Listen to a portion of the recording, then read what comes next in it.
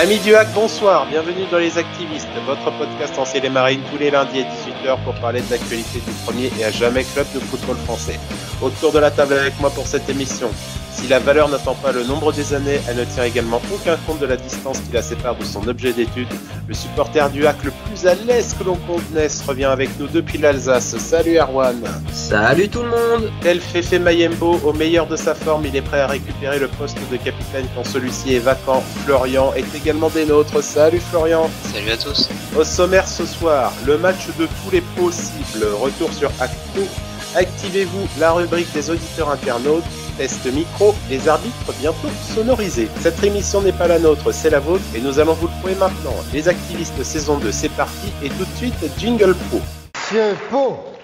C'est ça, oui, les horaires de train pour aller dans la ville de Pau. Alors Pau. C'est ça, oui, Pau avec un P. Pau. Après l'intensité de la bataille de Normandie où nos joueurs sont revenus avec un point et beaucoup de fierté, il était temps de confirmer face au Pau FC de Didier Tolo, équipe dont les performances sont dans la droite ligne de sa très réussie deuxième partie de saison dernière, un piège dans lequel il ne fallait pas tomber avec pour objectif les 10 matchs de suite sans défaite.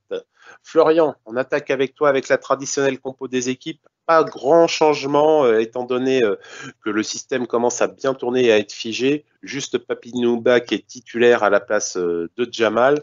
Du classique, du normal et ça te paraît plutôt bien. Quand on voit la compo, c'est le 11 type.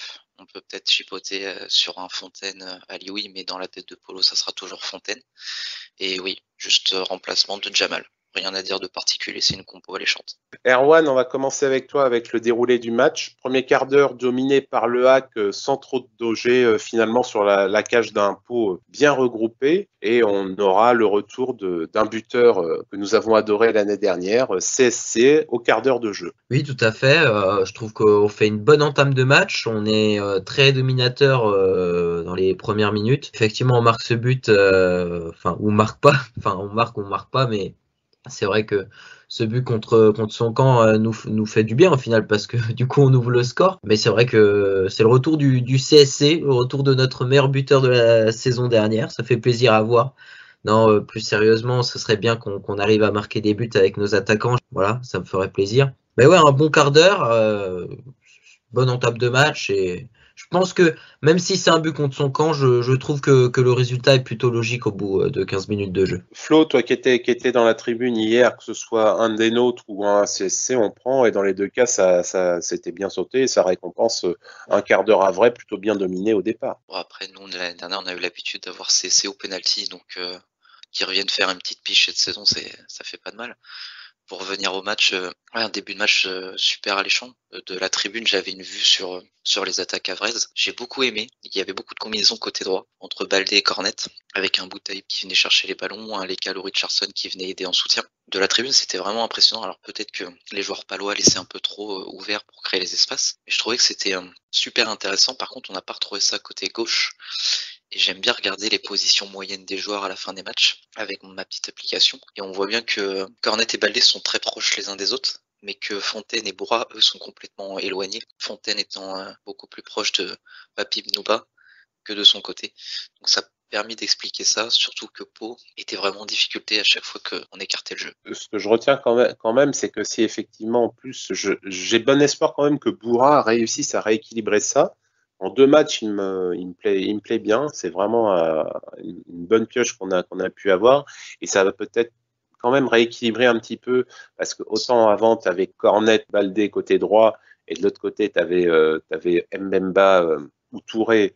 Et ensuite, Fontaine à gauche. C'est sûr que tu avais un vrai déséquilibre dans l'apport offensif. Je pense qu'avec Bourra, ça va quand même rééquilibrer un peu. Faudra par contre travailler. C'est sûr que c'est pas aussi simple que ça. Et on a marqué, c'était bien, mais ensuite, Pau s'est quand même réveillé un petit peu. Puis on a eu des petites sueurs pendant 5 minutes où Pau a eu 3 occasions avec Lobry, leur meilleur joueur à la 25e. Puis ensuite, Baptiste qui fait chauffer les gants de Fofana sur un coup franc qui au final il est hors jeu, mais ça a bien chauffé Fofana vu qu'une minute après, il a dû s'employer sur une action un peu bizarre, sur une frappe de Nadji, On s'est tous regardés en se disant ah ouais, ça aurait quand même pu aller au fond. Et on a eu un petit peu chaud, Erwan. Ça aurait été dommage de gâcher la bonne entame. Oui, ça aurait été dommage. Maintenant, on sait que dommage ou pas, il faut être complet sur un match. Il faut être solide.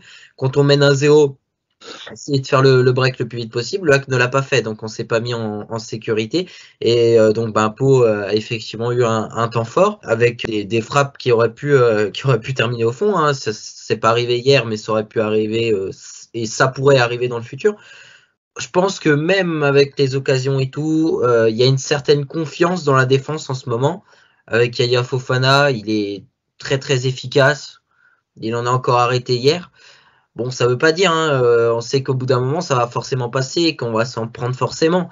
Mais oui, ça aurait été dommage de gâcher l'entame, mais faut pas que viser l'entame, c'est vraiment tout un match, il faut être complet sur tout le match, rester solide. Flo, est-ce que toi aussi, t'as eu la trouille à ce moment-là en se disant, oh ouais, mais non, c'est dommage, on a réussi notre entame et on va se faire rattraper comme des idiots, alors que pour le moment, il n'y avait rien qui laissait supposer qu'on puisse laisser des miettes aux Palois. J'ai l'impression que c'est un peu la classique à Brest depuis des années. C'est on peut jouer bien, on marque un but, on avait la maîtrise technique, le Pau ne voyait pas le jour en 15 premières minutes.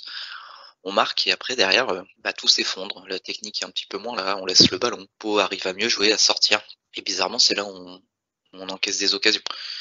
Donc pour l'instant, par chance, on a une défense très très solide. Même quand cette défense est un peu friable, parce que je pense à Mayembo qui à un moment trébuche et qui a une action derrière, il y a Fofana qui sort. Si Gibo fait une boulette, c'est Mayembo qui couvre, ou l'inverse. Donc pour l'instant, on s'en sort sur ça, mais il faudra faire attention parce qu'il suffirait que la confiance parte et que après tout peut être frileux. Après Fofana, déjà à la télé, hein, il est impressionnant, mais au stade, il est impressionnant de facilité sur tout le match. Il a été incroyable. Alors sur la première mi-temps, il y a surtout la grosse frappe de loin où il met la claquette, mais en deuxième mi-temps, c'est encore pire. Donc franchement, on a de la chance de l'avoir. Et ouais, c'est dommage on a 15 minutes de super intéressante au début et après un but, pas tout lâcher, mais laisser le ballon alors qu'on pouvait juste asphyxier l'adversaire et en mettre un deuxième avant la mi-temps qui nous aurait mis très très bien jusqu'à la fin du match. Et tu parles de la mi-temps, et ben tu vas garder un peu la main pour enchaîner sur la deuxième période. Je vous avoue que j'ai eu plus de mal à la suivre que la première. Je retiens de cette deuxième mi-temps le poteau de Pasqui. On se plaint souvent de Pasqui. Et moi, j'appelais de mes voeux à ce que éventuellement il puisse nous en mettre un beau face à Caen. Et il a failli marquer samedi dernier contre Pau. C'est dommage que ça finisse sur le poteau. Et ensuite, on a assisté à un show de Yaya Fofana en deuxième période. Je retiens surtout ça. Est-ce que toi, dans le jeu, Flo, t'es satisfait de la deuxième période? Alors dans le jeu, pas plus que ça. Après, une équipe qui se prend pas de but sur le match, tu peux être satisfait, surtout quand toi tu en mets un. Ouais, on retient Fofana, on retient le poteau de Pasqui qui, je sais même pas comment il a fait pour récupérer ce ballon. Hein. Il était tout seul, il a mis une grosse praline sur le poteau là. Donc ouais, la deuxième mi-temps, moi, je la résumerai à Fofana, c'est un peu réducteur, mais il était là dans les airs, ballon dans les pieds, des claquettes sur corner, enfin c'était incroyable. Et j'ai noté aussi 3 changements de Paul Le Guen en même temps à la 60e. Je fais putain, qu'est-ce qu'il y arrive Polo? Et quand je vois les entrées, je fais Bonnet, je fais c'est pas défensif. Ali oui, c'est pas très défensif. Bah je fais c'est pas très défensif. Je fais putain Polo, d'habitude tu nous serais capable de nous verrouiller tout ça. Là il nous a mis des joueurs qui sont plus à vocation offensive, même si Bonnet est capable de faire un travail défensif, surtout en fin de match avec son tacle ravageur là. Donc ouais, ça m'a étonné. Après l'entrée de Bonnet à la 60e, j'ai trouvé ça tôt, mais il a apporté un petit peu plus de calme. En fait, quand le match partait un petit peu foufou, il y avait des fautes, il y avait des contestations, tout ça. Et lui, il récupérait le ballon au lieu de. Alors des fois, quand il fallait donner vite, il donnait vite. Mais il y a des fois, il calmait le jeu, permettait au bloc de remonter, de souffler un peu, de reprendre ses esprits, et ensuite poser le ballon, le garder pendant une possession de 2-3 minutes. Et ce genre de joueur à ce moment de match, dans un match où tu subis un peu, c'est super utile en sortie de banc et ça montre aussi sa mentalité de pas se plaindre. Il a un rôle un rôle qui n'est pas au devant de la scène, mais qui est super important dans un groupe et dans un match. On va poser pour toi la même question, Erwan. La deuxième mi-temps, c'était Fofana et les autres. Est-ce que toi, tu vois des séquences qui t'ont marqué où tu t'es dit, ah ouais, là, ça m'a vraiment, ça m'a réveillé, ça m'a secoué, ou vraiment? Le poteau de Fontaine. Le poteau de Fontaine. Je la voyais au fond, celle-là. Celle-là, je la voyais au fond et je pense que c'est dommage, hein, parce que à ce moment-là, ouais, on peut mener 2-0 et derrière, je pense que si on met le 2-0, c'est pas qu'on gagne le match, mais c'est que on a une marge de sécurité. Ça nous empêchera pas de gagner ce match, mais on se dit qu'on s'est quand même mis en danger dans les derniers instants. J'ai apprécié quand même que Paul Le Guen fasse des changements plutôt tôt dans ce match et surtout des changements à caractère plutôt offensif que tout bloquer derrière. Moi, ça m'intéresse pas de tout bloquer derrière parce que quand tu mènes 1-0, si tu bloques derrière, tu te mets en danger. Tu dis à l'adversaire, on vous laisse le ballon, donc logiquement, ça laisse les occasions aux adversaires de revenir. Là, j'ai bien apprécié les choix de Paul Le Guen, qui étaient de faire des changements tôt et des changements intelligents. Alors, ça veut pas dire que tous les joueurs ont réussi, mais en tout cas, après, dans la seconde période d'une globalité, c'est pas ouf. Hein. C'est pas, voilà, je me suis pas fait plaisir à regarder cette deuxième période, mais en tout cas, ouais, je dirais le fait marquant que j'ai eu, c'est quand même le poteau de Fontaine. Et on va revenir donc sur le show Yaya Fofana un peu plus en détail, qui a vraiment sauvé la baraque, 3 à 4 reprises vraiment de manière significative. Il va contrer le contre de Pau justement qui venait peu après la frappe de Pasqui. Il va nous sortir une magnifique horizontale. Je pense que les photographes se sont fait très plaisir. On a vu de beaux clichés à ce niveau-là et dans le COP ça devait être chaud bouillant suite à ça.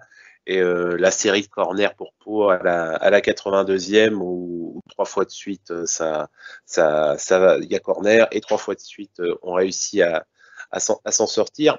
Et par contre, j'aimerais ton avis, Flo, c'est à la 79e sur l'accrochage qu'il y avait entre Boura et Sylvestre. Je t'avoue que moi à la télé, pour moi il n'y a rien. Même après le ralenti, je vois rien, mais est-ce que vous avez vu quelque chose dans votre coin au niveau d'un il y a peut-être quand même un petit quelque chose. Pour te dire, j'étais pile en face de l'action. Et Boura ne touche pas le ballon. Donc ça, c'est clair, net, précis. Et Boura met les deux mains en l'air et bombe un peu le torse. Et en fait, le joueur... Après, je dis ça peut-être parce que je suis vrai. J'ai l'impression que le joueur, il peut avoir le ballon. Hein. Franchement, s'il la joue intelligemment, il a le ballon, il peut centrer derrière. Et il se dit, si je m'empale, vu que le ballon est passé et qu'il l'a pas touché, je vais avoir péno. Mais en fait, ça se voit tellement qu'il cherche le péno. Parce que je pense qu'il peut y avoir faute. Mais je pense qu'il le cherche tellement que l'arbitre, c'est trop gros là. Ça se voit, tu fais pas d'effort pour jouer. Du coup, il le siffle pas. Mais vu l'action, l'intelligence de Boura de juste je bombe le torse, je lève les mains, je tends pas mes jambes. C'est le joueur qui rentre dedans et non le joueur à vrai qui rentre dans le joueur. Palois, donc pour moi il n'y a pas péno. Après évidemment si je suis palois je dirais qu'il y a péno tous les jours. Et avec un peu d'objectivité, je pense que ça ne se siffle pas. Après je suis pas arbitre, mais je pense que si Boura tend la jambe, c'est fini. Erwan, est-ce que toi tu as le même sentiment que Flo? Moi je le rejoins là-dessus, hein. Pour moi il n'y a pas faute, mais est-ce que pour toi c'est la même? Oui, tout à fait. Après, moi, j'étais devant la télé aussi, hein, donc je sais pas comment ça s'est passé au Stade Océane. Non, pour moi, c'est très léger. Je vois quand même. Je pense que voilà, il y a quand même une sorte de provocation du penalty. En fait, il force un peu la chose. Donc, pour moi, non, il y a pas faute. Eh ben, en tout cas, on est d'accord à ce niveau-là. On en a fini pour le match. Moi, c'était sympa. Je voulais garder une petite stat pour vous, messieurs. Est-ce que vous savez depuis combien de temps le HAC n'a pas perdu 10 matchs de suite en championnat? Déjà pas l'année dernière. Okay. Alors, si vous voulez, c'est nos copains de Hackstat à qui j'avais demandé l'information. Et la dernière fois qu'on a fait une série aussi belle, c'était il y a 11 ans, entre le 10 septembre 2010 et le 17 décembre 2010, où il y avait eu 5 victoires et 8 nuls. Donc autant vous dire que des belles séries comme ça, on n'a pas trop l'habitude. Profitons-en, ça parce qu'elles faisaient très plaisir. Nous en avions fini avec le match à notre niveau. Maintenant, chers amis auditeurs, la parole est à vous. Activez-vous, c'est parti.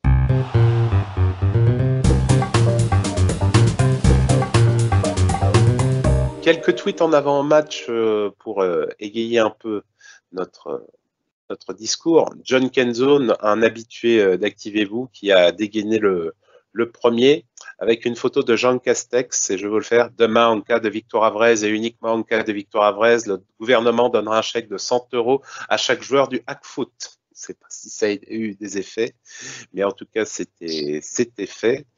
Et on a une petite pensée aussi, parce qu'on l'a su uniquement la journée, c'est que Benoît Donquel a été suspendu pour cause de Covid. Donc, on lui souhaite un prompt rétablissement à notre cher Big Ben. S'il n'y avait pas Benoît, par contre, il y avait François. Et François, il a eu double dose de Axe samedi dernier, vu qu'il a commenté pour Ouest France, il a écrit l'article avec une belle victoire 7-0 de la réserve. On a gardé le pot. C'était bien. Autant j'avais dit, le moteur de la réserve, il a eu du mal à se décrasser, mais quand il s'est mis en route, il n'a pas fait semblant. Et on va commencer, messieurs, je vais voir avec vous. Bien évidemment, l'événement du match, ça a été le retour de CSC qui a mis beaucoup de temps à revenir, mais là, il est fort avec un double message de Martin G 76 310 et de Thibaut. CSC off is back. Le même à 1 minute d'intervalle. Martin gagne sur le fil. CSC, notre cher ami, on avait parlé justement avec Pierre Pisavi-Verneau, notre copain speaker. La discussion avec Pierre Pisavi m'a chamboulé. Et Pierre qui répond: j'aime voir ta réactivité, le genre de joueur que j'aime. Ah bah là, il est tombé au bon moment dans le bon match. Ouais, the good guy at the good place. Et d'ailleurs, CSC qui a récidivé, mais sur les réseaux, je voudrais vous partager ce petit moment très doux. Belle frappe d'Assifoy dans la scène, ça ne changera jamais. Pauvre Assifoy, il a pas eu d'applaudissements quand il est rentré sur la pelouse. Est-ce qu'il a eu des sifflets ou est-ce que c'était la prompte indifférence? Bah, il a eu des sifflets quand il débordait. On va avoir encore deux, trois petits messages avec Tyrannor qui va nous dire: des fois, je comprends pas. Fontaine a été horrible ce soir. Il sort, plus rien ne va dans l'équipe. Petit dernier message sur le match qui est arrivé par Carpette pour les Impines. Casse la tirelire pour Yaya STP à foot. Ouais, là, il va vraiment falloir la casser la tirelire. En post-match, on continue avec Yaya parce qu'il a été vraiment l'homme du match. Vince qui reparle du match amical en début de saison, et dire qu'après ces 2 boulettes face à Rennes cet été en amical, le footix que je suis pensait que Fofana n'avait pas le niveau pour être titulaire en Ligue 2. Ah, ça pouvait se comprendre, hein. Mais le problème, c'est que les matchs amicaux, c'est plus de la préparation physique que réellement montrer le niveau d'un joueur. Là, en tout cas, c'était une bonne préparation mentale parce qu'on peut dire que ça a été vraiment la meilleure chose qui ait pu lui arriver. Un petit message ensuite de la Fédé des supporters en post-match. Tu rends fier Hackfoot et 3 petits points, vous devinerez, c'est le mot que je peux pas dire. Celle-là, elle est pour tout le monde, pour tous les joueurs qui se battent comme des chiens, pour ton public qui se réveille, pour Grégory qui n'est plus là, pour Mehdi qui aimerait l'être. Merci. C'est super bien résumé sur la mentalité, que ce soit en tribune ou sur le terrain de nos Havrais. Carpette pour les intimes, encore notre copain. Nous sommes costauds défensivement. Yaya est une muraille. Assez agréable à regarder, mais il faut qu'on soit davantage réaliste devant le but. Il faut qu'on évite de serrer les fêtes dans les 15 dernières minutes avant qu'on ne craque dans le futur. On ne sait jamais. Oui, c'est risque. C'est un risque qu'on craque au bout d'un moment. On le sait. Thibaut, ensuite, gros pressing haut les 20 premières minutes. Rarement vu ça face à un Bogba. On a fait le dos rond pendant 1 heure après en se reposant sur un Fofana stratosphérique. Les changements ont fait du bien en nous permettant d'opérer en contre. Ouais, mais après, j'ai pas le souvenir que des contres étaient super intéressants, mais c'est dommage d'être à domicile et devoir faire le dos rond face à une équipe que tu domines pendant 20 minutes, quoi. LH Clos aussi, un habitué d'Activez-vous. Seul le classement compte, on a la baraka, mais j'espère toujours un match référence qui permettrait de créer un élan populaire au stade. Niveau terrain, Pau domine aux occasions et dans le jeu. Cette équipe est pas là par hasard. Yaya fait un match exceptionnel qui évite des regrets. Et j'ai ce message aussi de Mégane Fréchon que j'aimerais vous partager. Là, par contre, on pourra rebondir dessus, je pense, dans un prochain numéro. 5500 spectateurs pour une équipe 4e qui n'a pas perdu depuis août et qui a vraiment un super état d'esprit. Pour être honnête, je ne sais pas ce qui vous manque. C'est dommage. Moi, je m'attendais quand même à ce qu'il y ait un peu plus. Je pense que surtout que le hack est efficace dans ce début de saison. Je trouve ça quand même dommage parce que, comme on avait pu le voir, il y avait eu un gros déplacement la semaine dernière à Caen. Et je pensais que si le HAC allait chercher un bon résultat, qu'il allait avoir quand même un peu plus de monde. Je pense qu'il y aurait pu au moins avoir entre 7000 et 7500, mais je suis quand même déçu. Le truc, c'est que les horaires, je sais pas, le samedi 19h, il y a eu un débat quand ça a été mis en place de oui, mais ceux qui bossent le samedi, qui finissent à 18h, 18h30, qui peuvent pas aller au stade. Ça peut se comprendre, c'est peut-être mieux 21h. Ensuite aussi, il faut pas se voiler la face.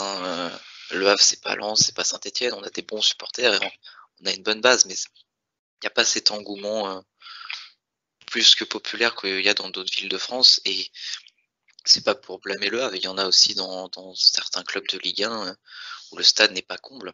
Déjà, on a un stade qui est quand même assez grand, voire même un peu trop. Pour une Ligue 2, voire pour une Ligue 1, ça pourrait le faire, mais pour une Ligue 2, c'est un stade encore un peu grand. Malheureusement, faut que, je sais pas ce qu'il faut faire, parce que les prix des places, si tu t'y prends à l'avance, c'est 9 € en coop, 8 € en tribune famille.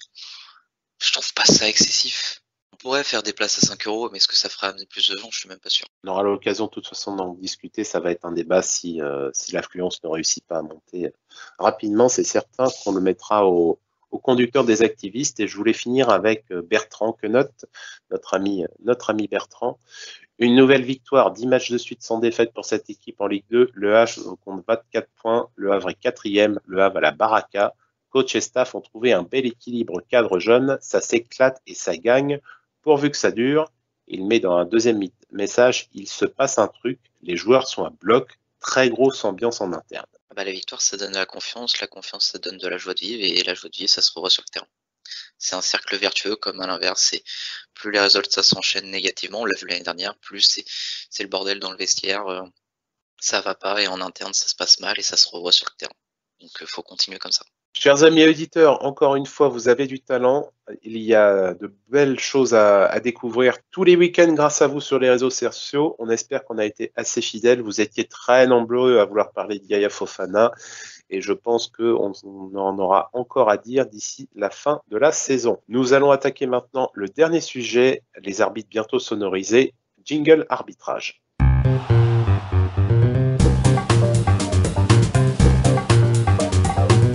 Cette saison a été attendue par tous comme le retour du public. Mais avec le trop-plein d'absence des derniers mois, le retour s'est accompagné également d'un surplus d'émotions qui n'a pas été que positif. Si nous avons déjà eu l'occasion d'évoquer les débordements dans certains stades et leurs conséquences sur tous les autres, il y a un domaine qui, lui, n'a jamais cessé d'être critiqué par les faiseurs d'opinion footballistiques, les arbitres. Que ce soit pour de bonnes ou de mauvaises raisons, ils sont trop souvent la cause des mauvais résultats selon ceux qui sont souvent incapables de voir leurs propres lacunes. Mais évite ces polémiques et que faut-il pour qu'elles arrêtent ou du moins s'estompent à un niveau supportable? La VAR n'a rien réglé malgré tous ceux qui la vénéraient, alors si on refaisait confiance à l'humain et seulement à l'humain. Messieurs, je voulais aborder avec vous ce sujet des arbitres. On a vu ces derniers temps que les arbitres de football pourraient peut-être être bientôt sonorisés, à l'instar de ce qui se passe dans le rugby. Même certains rugbymen disaient c'est dingue, en fait dans le football vous avez pris tout ce qu'il fallait pas et la seule chose qui marchait bien, c'est-à-dire le micro sur l'arbitre, vous ne l'avez pas pris. On a entendu qu'il y aurait des tests. Erwan, pour toi, quand on voit que l'arbitre est la cause de tous les problèmes selon les joueurs, qu'on entend des joueurs dire que les arbitres se comportent comme des cow-boys, est-ce que plutôt que d'aller toujours vers plus de technologie vidéo pour essayer d'arbitrer des hors-jeux au poil de cul, est-ce qu'il ne faudrait pas justement essayer d'aller vers un arbitrage un peu plus humain pour déjà apaiser les relations qu'il y a entre les acteurs? Moi, je suis pour. Comme ça, on sait aussi des fois quand on hésite sur une certaine décision, on sait ce que l'arbitre lui a jugé. Ce qui est difficile quand tu regardes un match devant l'écran. Après, pour les joueurs concrètement, ça va pas changer grand-chose parce que les joueurs sont sur le terrain, ils sont quand même en relation avec l'arbitre. Maintenant, ce qui va changer, c'est aussi le comportement des joueurs envers l'arbitre, parce qu'il y a aussi des fois des petits problèmes de joueurs qui seraient tendus avec l'arbitre. Et là, si c'est sonorisé, si c'est enregistré, le son de l'arbitre est enregistré, les joueurs auront un comportement qui devra être exemplaire. Donc moi, je trouve que c'est une bonne décision. Comme ça, on peut savoir ce que les arbitres jugent sur certaines occasions litigieuses ou voilà sur certaines décisions. Maintenant, est-ce que ça va régler les erreurs d'arbitrage? Non, non, ça ne va pas régler les problèmes. Mais ça permettra de savoir des fois ce qu'un arbitre pense. Florian, même question pour toi. Est-ce que tu es pour la sonorisation des arbitres dans les stades de foot français? 100% pour. Alors, quand tu es au stade, malheureusement, je ne pense pas que ça soit possible de faire comme dans le football américain, car ce football américain avec beaucoup de pauses permet le dialogue arbitre-supporter. Parce que pour ceux qui ne voient pas le football américain, quand il y a une faute, il y a 3 arbitres, ils se réunissent, l'arbitre central allume son micro, parle, et dans tout le stade, on entend la décision de l'arbitre. Ce qui est une bonne chose, ça permet la compréhension du jeu. Mais le football américain est un sport avec beaucoup de temps de pause. Et sur le football, déjà qu'avec la VAR, ça prend trop de temps. Si on instaure ça pour des décisions un peu litigieuses, pourquoi pas pour les pénaux, l'explication pénaux, pas pénaux, mais ça prendrait trop de temps. Ensuite, pour moi, ça changera pas le comportement des joueurs. Parce que quand t'es emballé, quand t'es dans le jeu, t'es dans le feu de l'action, quand tu viens de te prendre un tacle et que t'as pas eu de faute, que l'arbitre ait un micro ou pas, t'y penses plus. Tu penses juste à ton injustice ou à la justice, forcément, de quel côté t'es, et t'oublies totalement le micro. Par contre, ça peut avoir un impact sur les arbitres envers les joueurs. Parce que j'ai recueilli le témoignage de Germain qui avait parlé il y a 1 ou 2 semaines sur les arbitres, où il dit: si vous équipiez d'un micro l'arbitre de ce soir, vous serez surpris de son arrogance. J'ai essayé de lui parler après 15 minutes dans le match, gentiment. Il ne m'a même pas regardé. Il tourne la tête. Je ne sais pas s'il a eu une mauvaise journée. On est des hommes, on peut se parler tranquillement. C'est incroyable son attitude. D'autres arbitres sont comme ça, mais lui c'est la 2e fois. Vous verrez le jour où il aura un micro, il se permet de dire des choses et nous évidemment on ne peut pas, car si on réagit, on se prend un carton. Parce qu'il y a beaucoup d'arbitres qui se prennent un peu pour le centre de l'attention, qui sont le héros du match. C'est limite, là j'exagère, mais c'est limite, attention à ce que tu fais parce que je peux siffler une faute et te faire exclure pour un truc à la con. Et ça forcément, si on entend l'arbitre, il y aura un déferlement après les matchs. Ceux qui gèrent aussi les arbitres vont voir, bah là il fait n'importe quoi, c'est un cow-boy, il faut le calmer. Alors que là ils sont toute impunité. On ne sait pas ce que disent les arbitres aux joueurs et les joueurs ce que disent aux arbitres. On a eu beaucoup de fois, moins ces dernières années, où quand un joueur veut parler à un arbitre, il parle avec ses mains, il touche l'arbitre s'énerve, met un carton. Quand t'as pas le dialogue, c'est difficile de comprendre. Ça se trouve là, Germain, il était peut-être un peu agressif sur ses propos, mais je pense que des fois, il y a des arbitres qui sont un peu cons et qui, si jamais ils ont le micro, ils vont devoir se calmer parce que c'est leur boulot et si jamais ils se font réprimander s'ils descendent en Ligue 2 ou s'ils prennent un blâme, bah, ça va se répercuter sur leur carrière, sur leur salaire. Donc pour moi, c'est le point qui est le plus important. Ça permettrait un dialogue peut-être un peu plus apaisé. Parce qu'au rugby, quand on voit l'arbitre est super respecté, c'est toujours les capitaines qui vont parler avec l'arbitre. On entend bien le dialogue, ça c'est toujours messieurs ou le nom, le prénom, c'est toujours clean. Il y a même des fois où l'arbitre, on l'entend au micro, il fait excusez-moi, j'ai fait une erreur. Oui, on aurait dû commencer par là. C'est beaucoup plus simple d'installer un micro sur un arbitre que de mettre un système vidéo pour pouvoir checker tout et n'importe quoi. Et ce qui sera encore plus important, c'est sur des décisions de la VAR, que l'arbitre, dans le cas régie et l'arbitre central puissent dialoguer et qu'on puisse s'entendre. Parce que c'est ça qui est aussi le plus important dans le rugby, c'est dans les décisions d'essai. Bah, est-ce que le ballon a été aplati? Donc l'arbitre regarde sur tous les angles, l'autre arbitre le voit dans le stade, ça dialogue, ouais là c'est pas mal, ouais mais sous cet angle là c'est pas bien, est-ce que t'as un doute? Oui j'ai un doute, bah du coup on valide pas l'essai. Pour moi c'est une obligation. Après la plupart des arbitres sont pour, presque tous les joueurs sont pour. Je suppose que tous les supporters pour comprendre le jeu, et en plus c'est pédagogue parce que pour expliquer les fautes, que ce soit à des jeunes ou à des expérimentés qui comprennent pas, le micro de l'arbitre c'est pour moi la chose la plus importante. Donc j'espère vraiment que ça sera mis en place d'ici la saison prochaine. Et aussi qu'il explique pourquoi, parce que aussi que les spectateurs ne comprennent pas une décision, s'il dit bah tu as fait ça et je siffle ça parce que c'est ça comme ça, je pense que ça va aller de toute façon, ça ira décrescendo au niveau de la pression. Et il y a qu'à voir ça, comme tu dis, dans le rugby, il y a eu un respect qui a été augmenté justement vis-à-vis de l'arbitre qui était déjà haut. Il était déjà haut, on va quand même être honnête, il était haut, mais c'est depuis c'est ça. Et les arbitres se comportent avec les joueurs comme des hommes, mais comme des hommes avec lesquels ils ont un tant soit peu d'empathie. D'ailleurs, si vous pouvez, aller voir la séquence entre Romain Poite, le meilleur arbitre de rugby français, et Arthur Joly.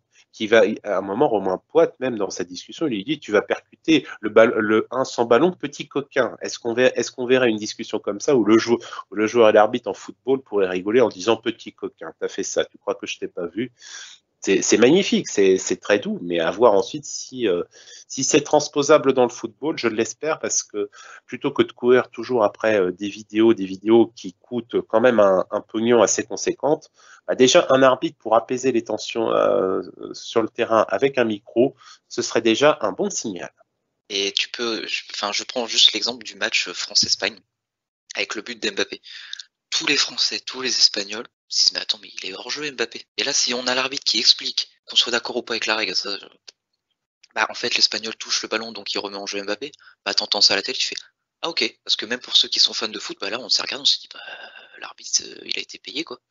Alors que si t'entends la règle, oui règle, après qui disent pas comme c'est pas un code de loi pénale, qui disent pas la règle temps, la règle c'est le joueur espagnol a remis en jeu le joueur français, du coup il n'y a pas hors jeu. Et là, Espagnols ils font c'est une règle à la con parce qu'il y aura toujours ça, c'est une règle de merde machin, et les Français ils font d'accord c'est pour ça, et du coup ça règle pas tous les soucis, mais au moins ça permet une compréhension totale du football.